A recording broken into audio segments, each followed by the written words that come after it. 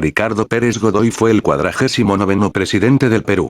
El nacido en Lima, cuando fue joven, realizó su preparación en la conocida Escuela Militar de Chorrillos, donde obtuvo el grado de alférez de caballería y, luego de un tiempo, obtuvo el diploma de Estado Mayor, lo que le permitió trabajar como docente.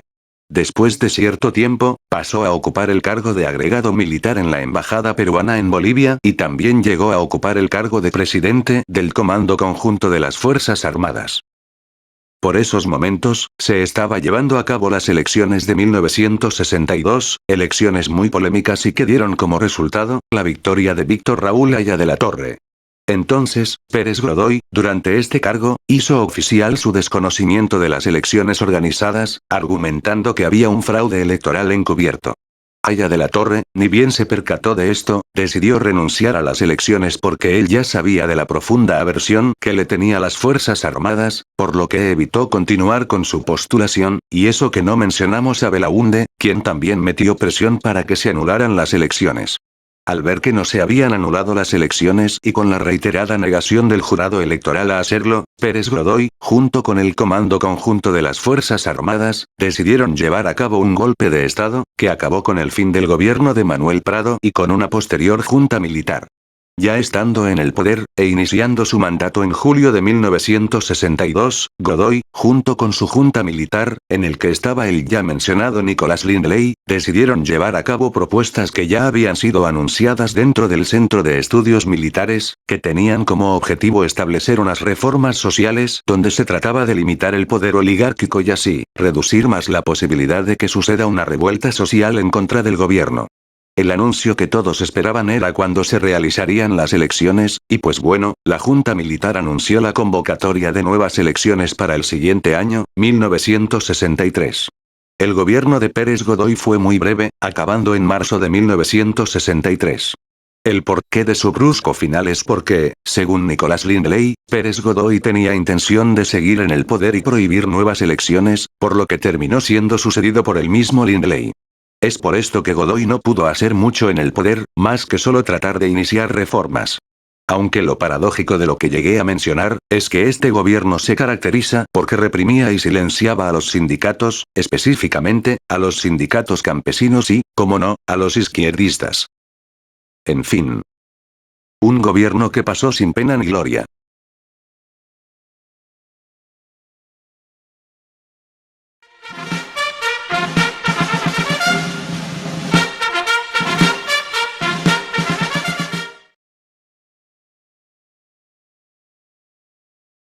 Manuel Prado Ugarteche fue el 48º presidente del Perú.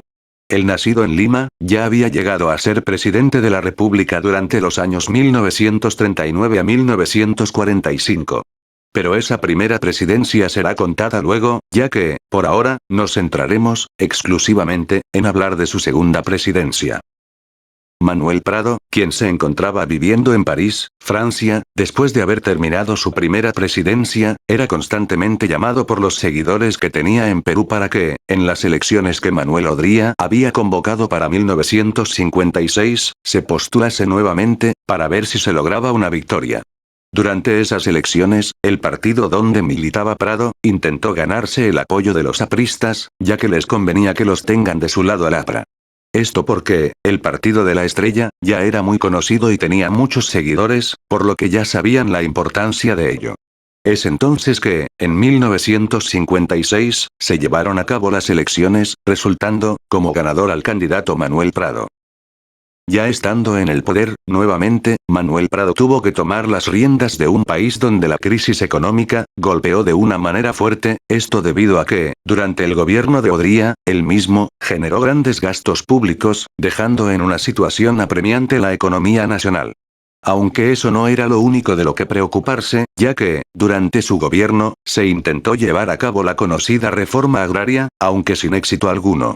Esto no hizo más que aumentar una oposición en contra de su gobierno por casi todo el mundo, donde partidos políticos y hasta periódicos y diarios llegaron a tenerle cierto odio. Pero para suerte de Ugarteche, por ese entonces existía una persona llamada Luis Banchero Rossi. Esta persona fue quien, con sus habilidades en el sector empresarial, logró un auge nunca antes visto en el sector pesquero, donde el Perú exportaba harina de pescado de manera abundante y generaba una fuente de ingresos muy grande para el país.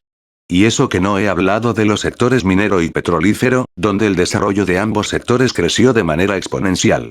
Se podría afirmar que esos años fueron un boom económico que no se tenía que desperdiciar, cosa que fue aprovechada de la mejor manera posible.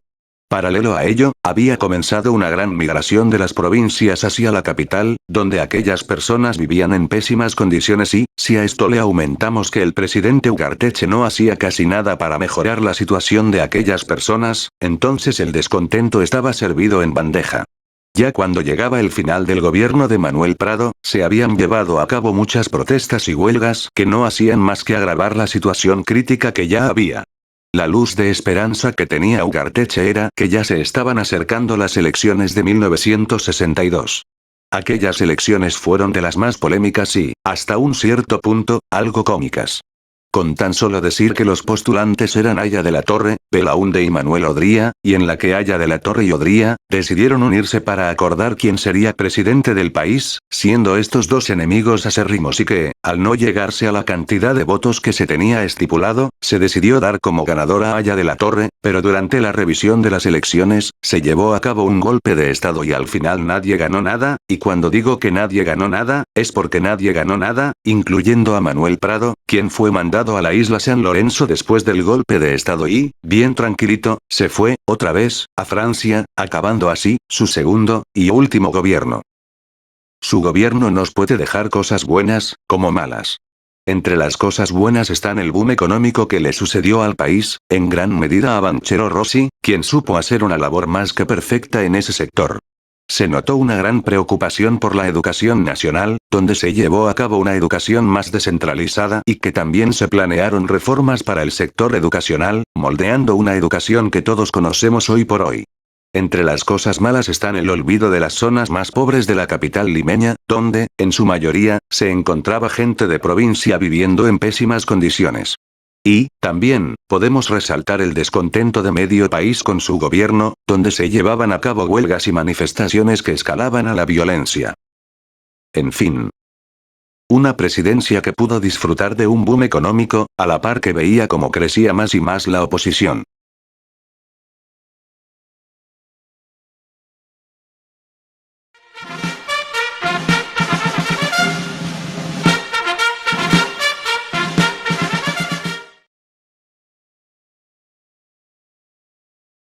Manuel Odría fue el 47º presidente del Perú. El nacido en Tarma creció en una familia bien posicionada, ya que, tanto sus abuelos como sus padres, tenían ascendencia de militares condecorados y comerciantes de otros países, por lo que, un joven Manuel, pudo desarrollarse de una buena manera en un entorno más que favorecedor. Cuando terminó sus estudios básicos, decidió ingresar a la Escuela Militar de Chorrillos, donde obtuvo buenos puestos, destacando en su rango militar. Después de estar en la escuela militar, donde obtuvo el ascenso a teniente, siguió con sus estudios en la Universidad San Marcos y, posteriormente, ingresó a la Escuela Superior de Guerra Naval. Luego de todo ello, regresó a la escuela militar, donde ejerció el cargo de la jefatura de batallón. Ya estando en 1941, participó en la Guerra del Perú contra Ecuador en un momento en el que ambos países tenían conflictivas relaciones.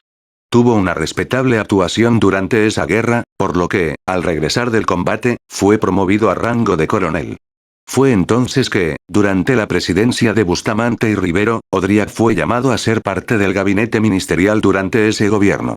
Si bien, en un inicio, Bustamante y Rivero, quien ya había sido elegido presidente del país, había recibido un gran apoyo por parte del APRA, durante esa presidencia todo se fue al tacho. Para mala suerte de Rivero, el APRA había ocupado una cantidad considerada en el Congreso y, al haberse roto el apoyo entre los dos, el más perjudicado de todo eso, era Rivero, quien, ante tal presión, tuvo que crear un gabinete donde la mayoría, eran militares. Es ahí donde Odría hizo aparición, siendo nombrado como Ministerio del Interior que, por ese entonces, era conocido como Ministerio de Gobierno y Policía. El movimiento aprista fue muy contundente, por lo que, Odría, al ver esto, hizo un pedido al presidente que se llevara a cabo un movimiento antiaprista, donde se trataría de borrar al APRA del plano político. Bustamante se negó a hacer eso. Al ver la respuesta de Bustamante, se notaba más y más el deseo de llevar a cabo un golpe de Estado. Conforme pasaba el tiempo, el deseo de hacer un golpe de Estado se hacía más presente y, no fue que, en 1948, se suscitó, en Arequipa, este hecho. Ya con el levantamiento dirigido por Odría contra el presidente Rivero hecho, y con el fin de la presidencia de este último, Odría organizó una junta militar. Como una de las primeras cosas que hizo durante esa junta militar, fue encarcelar y mandar al exilio a los principales líderes del partido aprista y, de paso, hacer exactamente lo mismo con el Partido Comunista. Y eso que recién estamos comenzando. La junta militar, después de 2 años, decidió convocar elecciones generales y Odría aprovechó esto para postularse.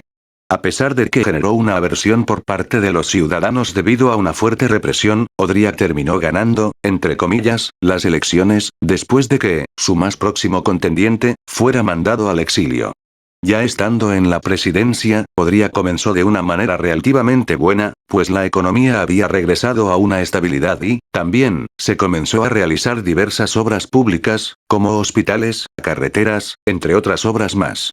Pero de lo que más se recuerda de este gobierno es de su política de represión muy impregnada en su presidencia. Principalmente, se caracterizaba por ser un régimen autoritario y que reprimía constantemente cualquier manifestación contra su régimen.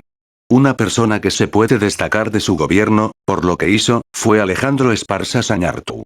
Si no saben quién fue él, pues déjenme decirles que lo que caracterizó a esta persona es que, durante el gobierno de Odría, cuando desempeñaba el cargo de ministro de gobierno, tenía una increíble discreción, aun cuando él se ocupaba de la represión política, llegando hasta el punto de torturas y encarcelamientos de los opositores. El detalle, es que Sañartu era el hombre de confianza de Odría, por lo que tenía carta blanca para hacer semejantes cosas. Se podría decir que Sañartu era como el Vladimiro Montesinos de Odría. Su gobierno, como vuelvo a decir, se caracterizó por ser muy represivo contra los opositores y, también, por el problema que había con Aya de la Torre, quien era una suma molestia para el gobierno y los miembros de las Fuerzas Armadas que había en el país por ese entonces. Ya estando en el final de su gobierno, todo el país se sorprendió que, casi después de 8 años, se llevase a cabo elecciones generales donde el mismo Odría no se volvió a postular. Era inminente el fin de su gobierno y, ya en 1956, el ganador de las elecciones, Manuel Prado Ugarteche, sucedió a un Odría desgastado física y mentalmente, acabando así, el ochenio de Odría. Su gobierno nos puede dejar tanto cosas buenas como malas. Entre las cosas buenas están una estabilización, por momentos, de la moneda nacional, esto debido a que, durante esos años, estaba sucediendo la guerra de Corea, una guerra en la cual, el Perú se benefició al vender materias primas, principalmente, a Estados Unidos, lo que generó una fuente importante que iba directo a la economía nacional. Otra cosa buena es que ese dinero que se obtuvo a cambio de las exportaciones, el gobierno lo empleó para la financiación de las obras públicas y la defensa nacional. Por el lado malo podemos encontrar una corrupción muy generalizada, donde no había fiscalización alguna y que no tenía intención de parar. Otro problema fue la gran represión que había, con Sañartu a la cabeza de la misma, encarcelaba, mandaba al exilio o torturaba a quien se oponía y que, obviamente, dejaba una mala impresión a nivel internacional. En fin. Un gobierno marcado por su hostilidad hacia los opositores, pero que, a su vez, pudo disfrutar de una bonanza económica. Como un dato curioso, es durante el gobierno de Odría donde se aprobó el voto femenino durante las elecciones a presidente. Las razones de esto fueron varias, ya que, por un lado, estaba la esposa de Odría, quien tenía la intención de implementar una reforma social donde se permitiera el voto a las mujeres, mientras que, por otro lado, tenía una presión externa ya que el Perú era uno de los últimos países latinoamericanos donde no había voto femenino y que, si no se cambiaba esto, iba a dejar muy mal parado al gobierno de Odría internacionalmente. Pero, independientemente de las razones del por qué se decidió implementar el voto femenino, fue un suceso importante en la sociedad nacional.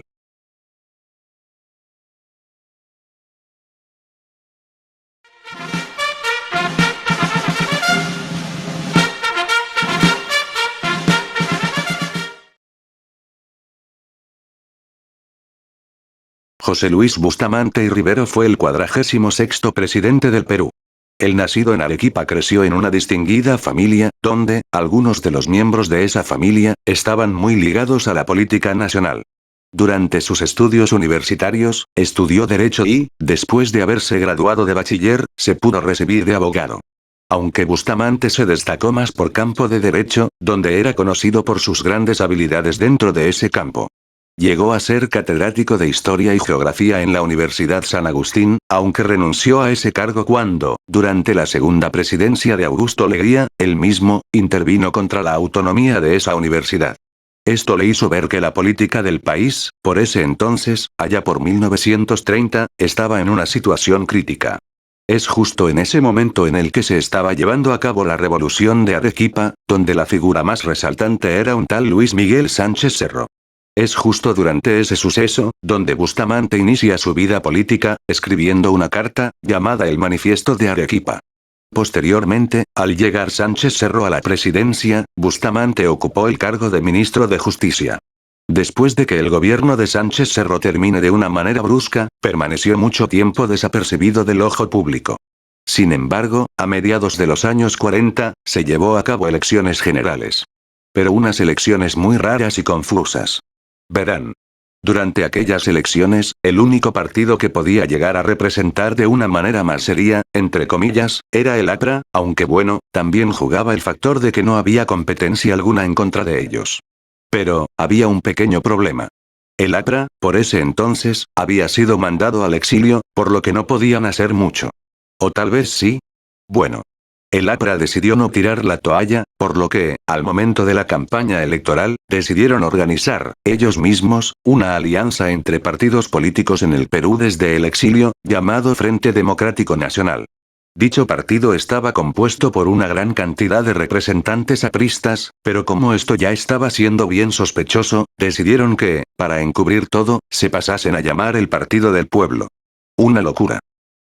Bustamante que, por ese entonces, era muy conocido y tenía un gran prestigio, fue llamado por Aya de la Torre para que represente al partido mientras él estaba en el exilio. Bustamante aceptó la propuesta, aunque con algunas condiciones que los apristas no dudaron en aceptar. Ya con Bustamante a la cabeza y con un partido político, decidieron ir con todo a las elecciones. Elecciones que ganaron de manera contundente por sobre los demás postulantes. Ya con Bustamante en la presidencia, se empezó a reorganizar el país después de la Segunda Guerra Mundial, ya que, después de la misma, el país había sufrido de escasez de alimentos, no había dinero extranjero, por lo que agravó más la crisis económica que se vivía por ese entonces, entre otras cosas más. Lo que pasó durante lo que quedaba de su gobierno era una incesante crisis política, donde la relación entre el APRA y Bustamante se iba quebrantando más y más, hasta el punto de romperse. En ese momento, había constantes discusiones entre el mismo Bustamante y el APRA, siendo este último, quien lo acusaba de organizar un movimiento antiaprista.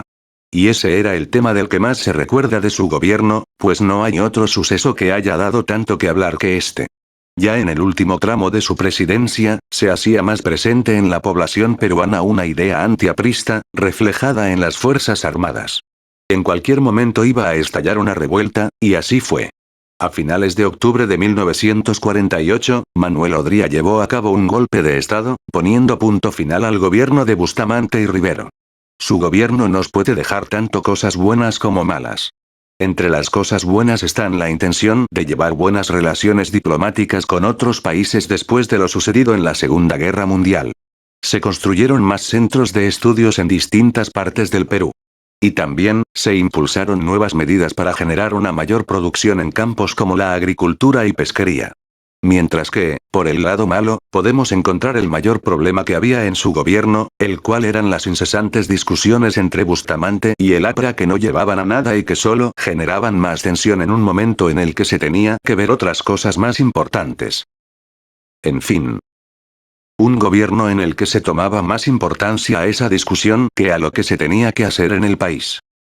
Un dato curioso es que, Bustamante, cuando se encontraba en su vida universitaria, tuvo un gran dote para componer poesías, por lo que, durante un concurso realizado por un diario llamado El Heraldo, José Luis recibió un reconocimiento por su poesía llamada La ciudad que fue, en el que narraba sobre cómo era la Arequipa de antes. Un dato más que curioso.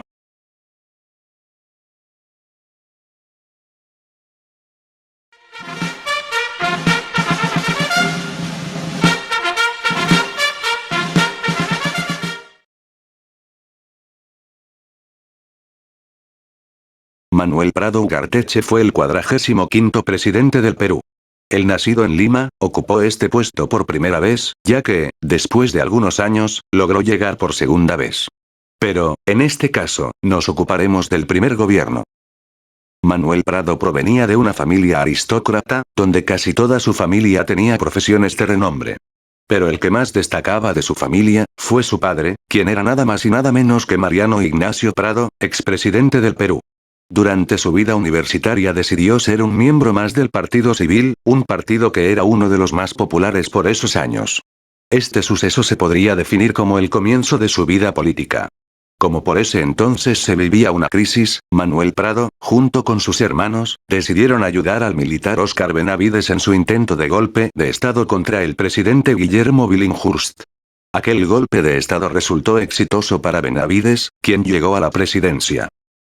Todo iba relativamente bien, pero no fue que, Prado, al ver una política del presidente Leguía en la que se podía reelegir a él mismo, todo fue de mal en peor. Prado, al ver semejante accionar por parte de Leguía, no dudó en ponerse en contra, cosa que le valió una deportación a Chile. Y como veía que regresar al Perú iba a ser mala idea, decidió irse a vivir a Francia durante cierto tiempo. Aunque no duró mucho en el extranjero, ya que, después de que terminase el oncenio de Leguía, regresó al Perú, donde trabajó en el Banco de la Reserva. Pasó el tiempo y ya se estaba acercando las elecciones generales de 1939. Unas elecciones que, para asombro de nadie, resultaron ser muy polémicas, ya que, el presidente de ese entonces, Óscar Benavides, apoyó siempre a Manuel Prado, quien, hasta ese entonces, era poco conocido en la escena política. Con todo esto, se llevó a cabo las elecciones. ¿Y adivinen qué? Pues Manuel Prado ganó las elecciones, entre comillas, de manera contundente. Manuel Prado, ya en la presidencia, inició con ciertas dudas, ya que mucha gente pensaba que, al haber ganado unas elecciones de esa manera, su estancia en el poder no pasaría ni medio año. Pero aún con esto en contra suya, tomó las riendas del país. Como una de las primeras medidas, se impulsó el sector de la industrialización para no depender tanto de la importación de productos de otros países, cosa que dio resultados beneficiosos para el país, donde se pudo mejorar campos como la textil, pesquera, agrícola, entre otros más. Un momento trágico que se recuerda que pasó en su gobierno, fue el terremoto que sucedió en Lima y Callao en 1940, que tuvo una magnitud de alrededor de 8 grados, lo que generó enormes pérdidas tanto materiales como de vidas. Sin embargo, a pesar de haber ocurrido semejante suceso, a los pocos meses se llevó a cabo un censo. Un censo que fue muy importante para registrar cuántas personas vivían en el país, y que también sirvió para registrar a ciudadanos nativos.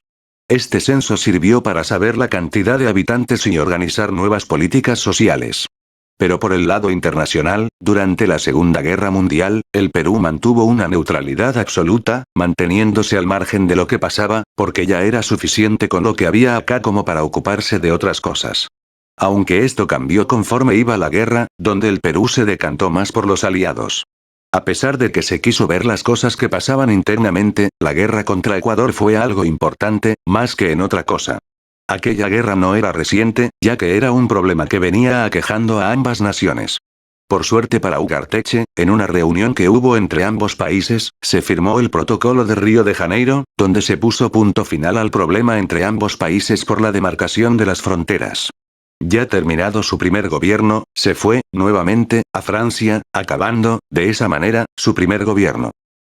Este primer gobierno de Manuel Prado nos puede dejar tanto cosas buenas como malas. Mirando por las cosas buenas están el de impulsar el sector de la industrialización en el país, para así, no depender demasiado de importaciones extranjeras. Otro punto bueno fue el de mantenerse neutral durante la Segunda Guerra Mundial, ya que, de esa manera, se prestaría más atención a los problemas nacionales antes que los internacionales, aunque tiempo después se decantaría por los aliados. Y, por último, el Censo General de 1940, que fue muy importante para conocer la realidad del país y donde también se pudieron registrar ciudadanos nativos. Mirando por el lado malo podemos encontrar una gran corrupción que había en el país, aprovechando que, como había una guerra mundial, se vendían los productos nacionales a precios más altos. Otro punto fue que, cuando el gobierno de Prado apoyó a los aliados, se realizó una deportación masiva de ciudadanos alemanes y japoneses. Y, por último, aunque el Perú haya mejorado el sector de la industrialización, esto no llegó a beneficiar mucho a la población, ya que se tenía previsto vender casi todos los productos al extranjero, dejando poco para el mercado nacional. En fin. Un gobierno que también se vio afectada por una guerra mundial. Un dato curioso acerca de este primer gobierno de Manuel Prado es que, durante la Segunda Guerra Mundial, el mismo Manuel Prado terminó negando visas a personas judías que estaban en Europa y que pedían una urgente entrada al Perú aun cuando esas personas estaban en una situación de vida o muerte. Un dato más que oscuro y lúgubre.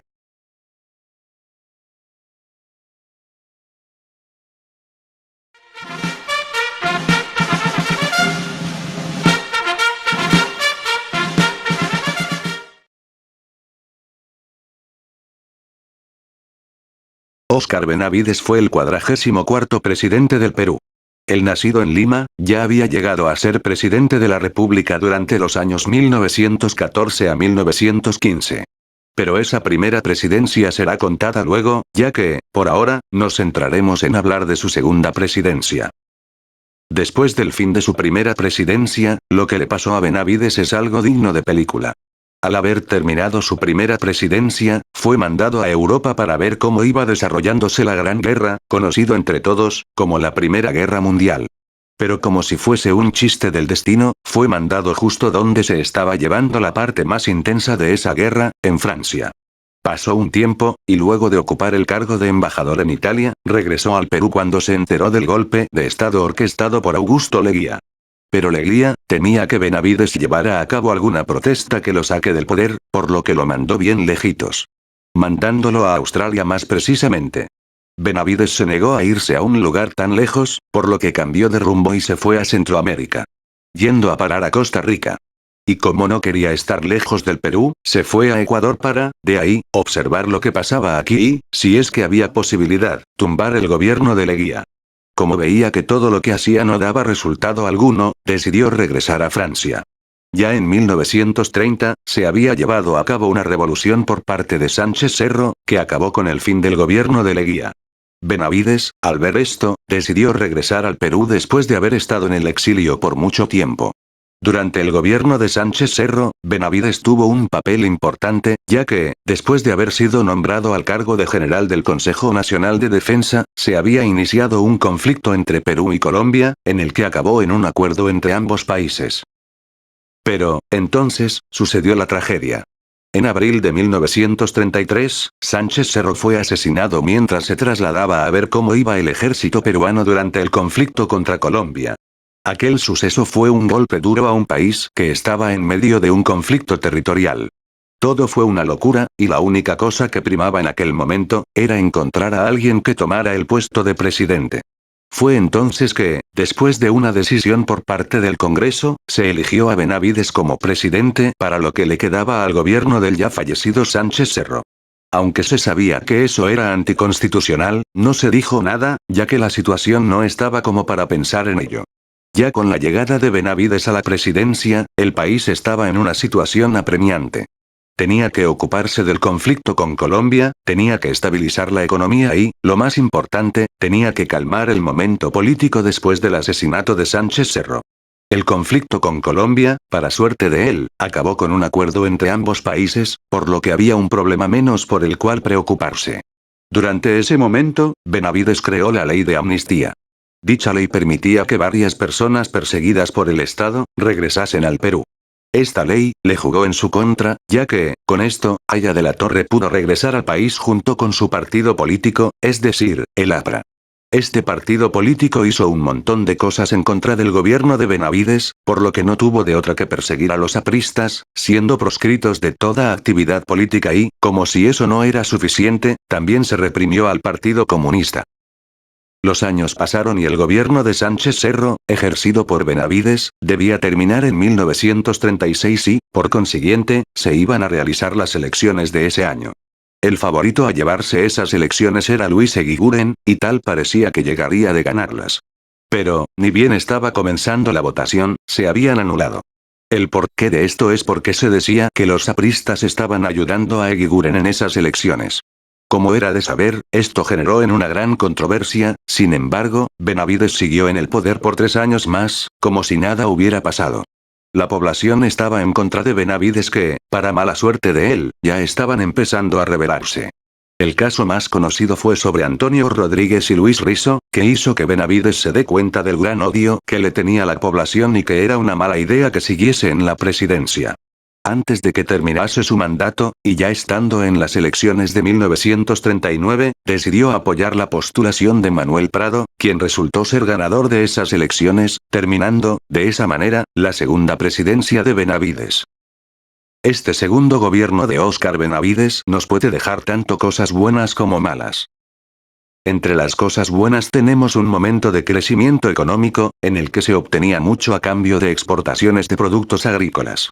Se construyeron varias edificaciones en la capital peruana, tratando de modernizar a la metrópoli en el aniversario de su cuarto centenario. Aunque la modernización no solo pasó en Lima, ya que, en algunas partes del país, fueron construidos proyectos importantes, como la reconstrucción de partes del puerto del Callao, la construcción de un puerto en la ciudad de Matarani y la construcción de carreteras y hoteles, esto debido a que se quería promover el turismo en el país. Y, también, se crearon los ministerios de Salud y de Educación Pública, este último, desligándose del Ministerio de Justicia.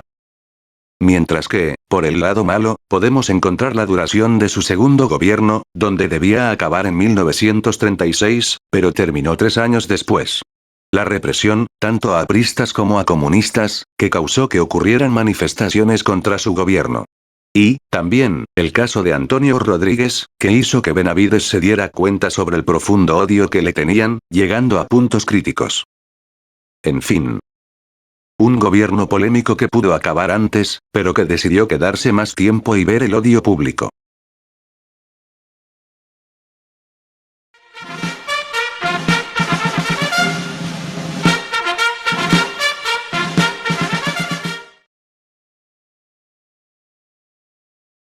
Luis Miguel Sánchez Cerro fue el 44º presidente del Perú. El nacido en Piura provenía de una familia modesta, pero bien constituida. Luego de haber terminado sus estudios básicos, Luis se fue a Lima para ingresar a la Escuela Militar de Chorrillos. Como, por ese entonces, se estaba llevando un golpe de Estado en contra del presidente Guillermo Billinghurst, allá en 1914, Luis participó de manera activa en aquel golpe de Estado, aunque esto le valió resultar gravemente herido de la mano izquierda. Después de ese suceso, siguió con sus estudios en la escuela militar, obteniendo, cada vez más, rangos más altos. Cuando Leguía llegó al poder, Sánchez Cerro hizo notorio su profundo rechazo, donde llegó a organizar levantamientos en contra de su gobierno, aunque siempre era silenciado y, los grupos que hacía, eran suprimidos. Luis era una molestia para Leguía, por lo que, al ver que quería comenzar a conspirar y levantarse contra su gobierno, fue separado de las Fuerzas Armadas y, como si no era suficiente, fue mandado a centros de reclusión.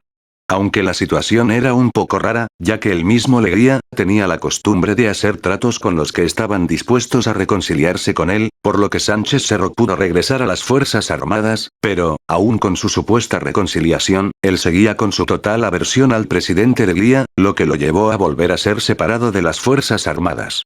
Y así era el tema.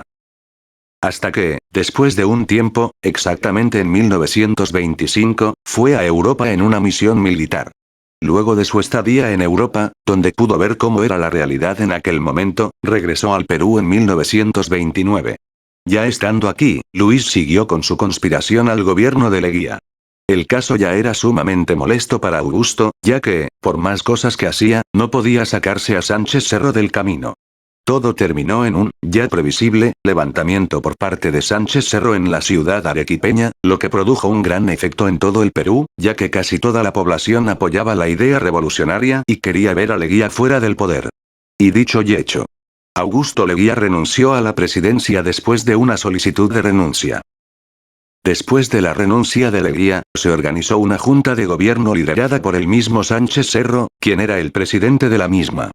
Luis había tomado un país en una crisis económica crítica. ¡Qué novedad! Lo que se vivía por ese momento era digno de una película de terror.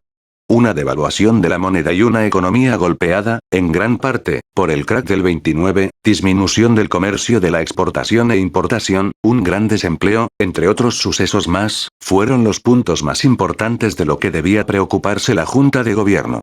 Sin embargo, y a pesar de la situación difícil del país, muchos otros opositores al gobierno de Leguía, también querían estar en el poder, generando levantamientos y sublevaciones militares en contra de la Junta de Gobierno de Sánchez Cerro. Él mismo, decidió dejar su cargo. Aunque, después de que dejara el cargo de presidente de la Junta, se habían convocado a elecciones un año después de la toma del poder, es decir, en 1931. Aquellas elecciones fueron una disputa entre dos grandes personajes políticos. Por un lado, estaba Sánchez Cerro con su partido Unión Revolucionaria y, por el otro, estaba Aya de la Torre, con su partido APRA. Fueron unas elecciones muy peleadas, ya que estaba el APRA, que era apoyado por un número considerado de personas y, por el otro, un Sánchez Cerro que sabía cómo llegar directo al público y que lo hacía, rápidamente, ganarse la simpatía de la gente. Las elecciones dieron como resultado a Sánchez Cerro como ganador por sobre un novato Aya de la Torre. Ya estando en el poder, Sánchez Cerro inició su gobierno con una intensa oposición del partido aprista, que desconoció su triunfo ya que, según ellos, se había cometido fraude, aún sin mostrar prueba alguna. Esto provocó una profunda riña entre ellos, lo que solo terminó en que el país no pudiera salir de la crisis económica que lo venía aquejando hace un buen rato. Es gracias a este caso, que el mismo Congreso aprueba una ley en la que, se le concedía al gobierno, el poder de reprimir a los disidentes. La violencia imperaba en la sociedad y más cuando una ley de ese nivel fue aprobada. Encarcelamientos, deportaciones, persecuciones y hasta pena de muerte era de lo que más se comentaba en esos momentos. Pero, paralelamente a este hecho, se estaban llevando dos sucesos importantes. Por un lado, estaba sucediendo la guerra entre Perú y Colombia y, por el otro lado, se estaba viendo el caso de la propuesta de una nueva constitución en 1933. El caso de la guerra entre Perú y Colombia no pasó a una mayor escala, mientras que, por el lado de la propuesta de nueva constitución, fue vista como adecuada y aceptable, siendo una de las constituciones que duraron mucho tiempo en vigencia. Pero, si se tratase de un juego macabro de la vida, días después de haber anunciado la nueva constitución, fue asesinado cuando iba a una visita a las Fuerzas Armadas. Su asesinato fue muy controversial y misterioso, ya que se sospechaba que el autor del crimen fue militante del APRA, ya que los de ese partido estaban muy en contra del gobierno de Sánchez Cerro, pero otras personas dicen que en verdad todo fue un plan orquestado por el mismo Óscar Benavides para llegar al poder, de la mano del APRA, lo que explicaría el cómo llegó al poder después de la muerte de Sánchez Cerro. Aunque, independientemente de lo que hubiera pasado, aquel gobierno acabó de manera trágica. Su gobierno nos puede dejar tanto cosas buenas, como malas. Mirando por las cosas buenas están la construcción de carreteras que unían las provincias con la capital. Se atendió las necesidades de las provincias y, de este modo, evitar la migración a las grandes ciudades y urbes. Y, también, se llevaron proyectos para favorecer a los indígenas, mayormente, ubicados en la selva. Mirando por las cosas malas están una constante opresión en contra de los disidentes y opositores del gobierno, mayormente apristas, lo que acabó en deportaciones y muchos encarcelamientos.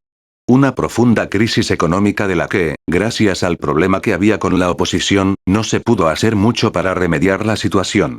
Y, por último, estaba un gran descontrol en casi todo ámbito, más una guerra que, aunque no ocasionó un golpe fuerte para el país, terminó en un caos más grande. En fin. Un gobierno que terminó en magnicidio. Un dato curioso es que el partido político donde militaba Sánchez Cerro, llamado Unión Revolucionaria, tenía ideología fascista, por lo que podríamos afirmar que fue el primer y, hasta ahora, único gobierno con esta polémica ideología.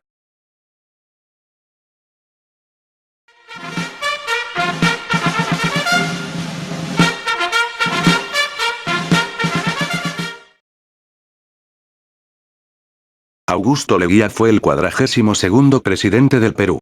El nacido en Lambayeque, ya había llegado a ser presidente de la República durante los años 1908 a 1912. Pero esa primera presidencia será contada luego, ya que, por ahora, nos centraremos, exclusivamente, en hablar de su segunda presidencia. Después de haber culminado su primer gobierno, fue desterrado por el presidente que lo sucedió, es decir, Guillermo Billinghurst. Después de un tiempo y ya estando en 1919, regresó al Perú justo cuando el presidente de ese momento, Pardo Ibarreda, había convocado a nuevas elecciones. Leguía no dejó pasar la oportunidad y se postuló nuevamente.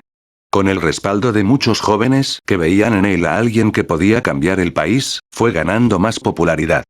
Todo parecía que, en las elecciones, él sería el más votado, y así lo fue, pero, para evitar algún suceso de último minuto, organizó un golpe de Estado, justificándose con que, de seguro, el partido civil no iba a reconocer su victoria. Después de ese suceso, Leguía llegó a la presidencia. Como una de sus primeras acciones al llegar a la presidencia fue convocar a un plebiscito para someter al voto de la ciudadanía una serie de reformas constitucionales que consideraba necesarias.